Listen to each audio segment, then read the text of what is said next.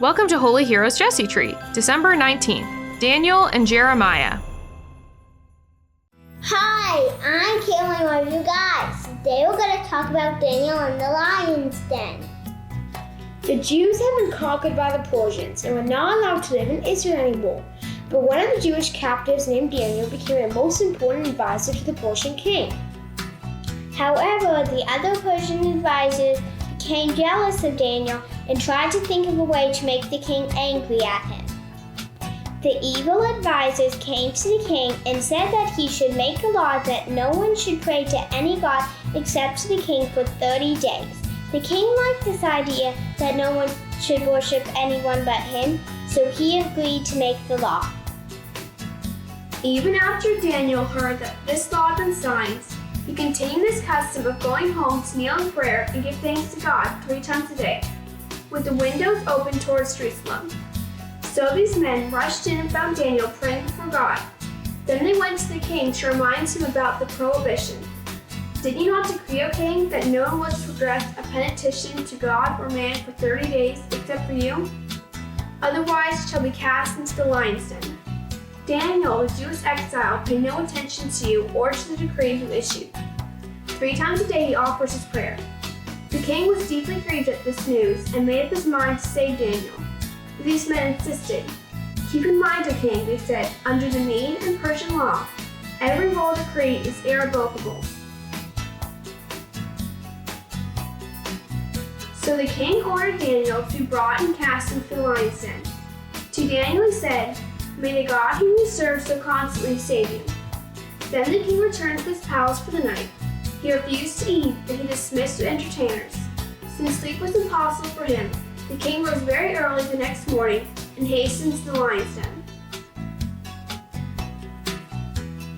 As the king drew near, he cried out to Daniel in a sorrowful voice, "O Daniel, servant of the living God, has the God whom you serve been able to save you from the lions?"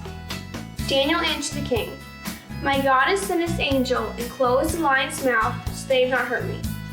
This gave the king great joy. At his order, Daniel was removed from the den unhurt because he trusted in God. The king then ordered the men who had accused Daniel to be cast into the lion's den. Then the king made a law that everyone in his kingdom should worship the God of the Jews.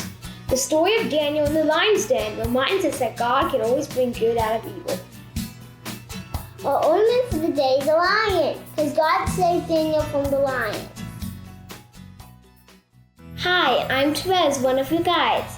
Today we're going to talk about the prophet Jeremiah. Jeremiah warns the Jews that God was going to punish them for disobeying his 10 commandments and for worshiping false gods. But the Jews did not listen to Jeremiah and kept on sinning against God. Finally, the Babylonians invaded Israel, burned Jerusalem and the temple, and took the Israelites away to live in Babylon and be slaves. Jeremiah and the Israelites were very sad, but Jeremiah told the Israelites that someday they would be able to return to Jerusalem and rebuild the temple.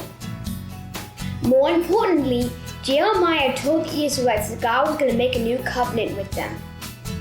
Jeremiah said, "Behold, the days are coming, says the Lord, when I will make a new covenant with the house of Israel and the house of Judea, not like the covenant which I made with their fathers, but this covenant which I make with the house of Israel.